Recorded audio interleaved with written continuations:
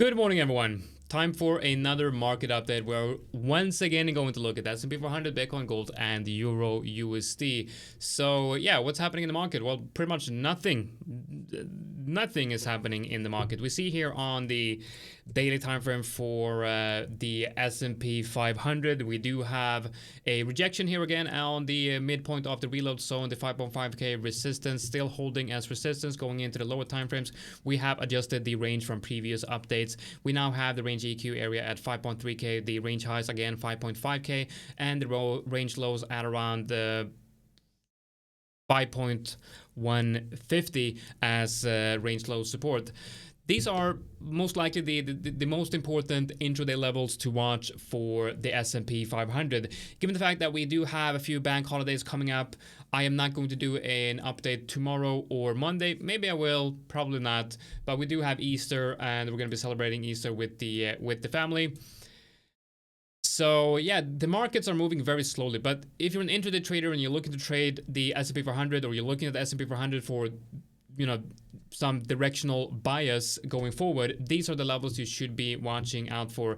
We are seeing that we're potentially reclaiming the range EQ area right here. This could act as a resistance level, and this could then be a break and retest for a further move to the downside to hit that range low area. And if we do add the fibs right here, we'll see that, let's see if we can switch to the, yeah, so you see here, it's testing the reload zone right now, the 0.618. So there's still some resistance here, and we might potentially expect some movement to the downside here. But if we do reclaim this level, perhaps a move up to the 5.5k resistance area is in play. Let's switch over to Bitcoin. Gonna be looking at Bitcoin on the daily. Not much is happening right here, but I do like the fact that we're kind of consolidating here below resistance.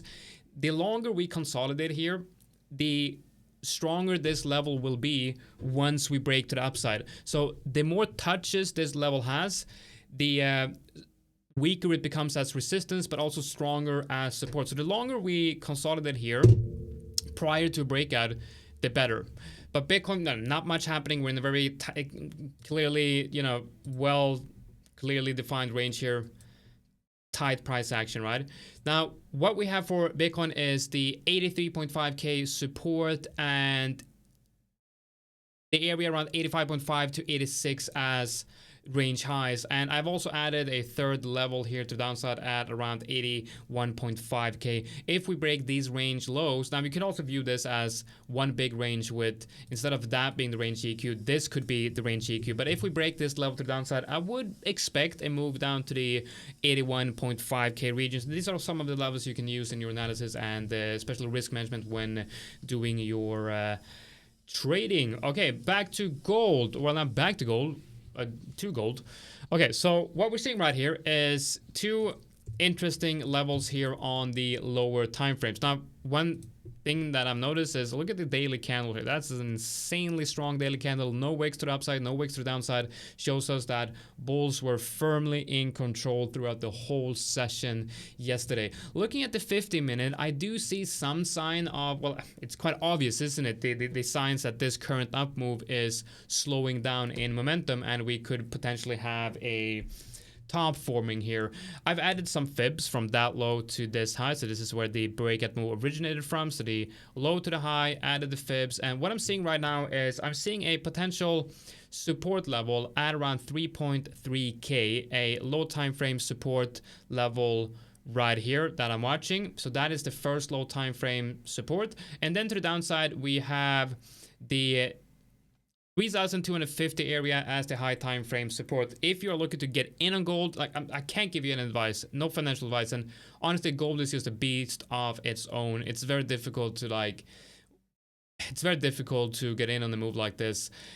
But if we come down and we hit this level and we see some type of bullish reaction at the 3,250, getting in a position here would probably not be a terrible idea. Moving on to EURUSD, we do see a strong confirmation of a breakout here. Multiple daily open and closes candle above this high time frame resistance. Looking at the weekly, we only have 1 hour, 1 day and 13 hours to close the weekly candle above this area. That means we have a weekly open and close above this area. Very, very good confirmation of a high time frame breakout. Going into the lower time frames though, we see basically nothing, right? We see the same price structure that we have seen since 11th of April, long time ago. How long time ago? A week ago. Okay, so we've been in this range a week. Very boring, but it also gives a good foundation, a good base if we move to the upside. So a break above the range highs at around 1.14200 would probably take us to 1.16, and again a break to the downside, the first initial support would be 1.12, and then below that you have 1.1080. Watch this range. For intraday traders, playing out the range EQ here would probably be a wise decision, maybe a break and retest here to the downside. So these are the levels that you should be paying attention to today for the S&P 500, Bitcoin, gold, and EURUSD. I have a discount code in the description of the video if you want to join Clarity Edge Pro. You can do so with a 50% discount. Means you gotta get 50% discount on your subscription forever. All right, like, subscribe. See you guys on Tuesday. Take care.